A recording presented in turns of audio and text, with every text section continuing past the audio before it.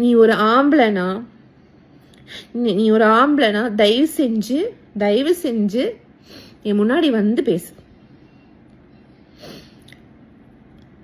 ஒரு பொண்ணா நான் தைரியமா வந்து இவ்வளோ ஃபேஸ் பண்றேன்ல, வா தைரியமா வா.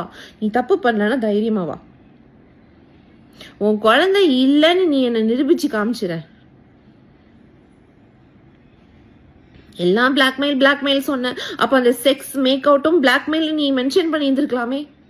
அதுவும் நீ பிளாக்மெயில் சொல்லி இருந்திருக்கலாம்ல. ஏன் அது உன்னோட வாண்ட் இல்ல, அது உன்னோட தேவை. அதை மட்டும் நீ எரேஸ் பண்ணிட்டு விட்டுட்ட.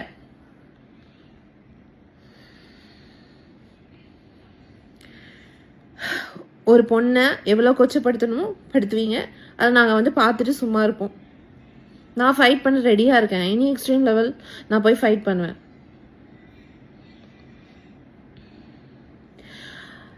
டிஎன்ஏ டெஸ்ட் வேண்டான்னு சொன்னது நான் கிடையாது. ஆனால் இன்னைக்கு வெளியே வந்து உலகத்துக்கு அது வேற மாதிரி போர்ட்ரே பண்ணி காமிக்கிறேன். உண்மையான ஆம்பளையா இருந்தா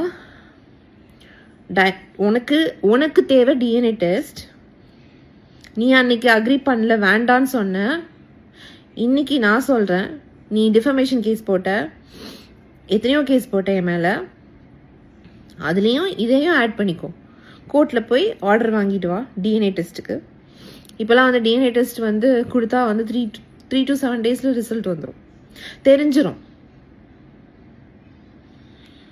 ஓகேவா? ஸோ ஃபேஸ் பண்ண ரெடியாக இருங்க. வாங்க, தைரியமாக வந்து ஃபேஸ் பண்ணுங்க.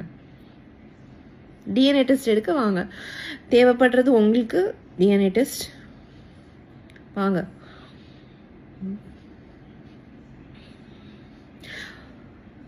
படுக்கும்போது தெரியலாம் உங்களுக்குலாம் டிஎன்ஏ டெஸ்ட் வேணும்.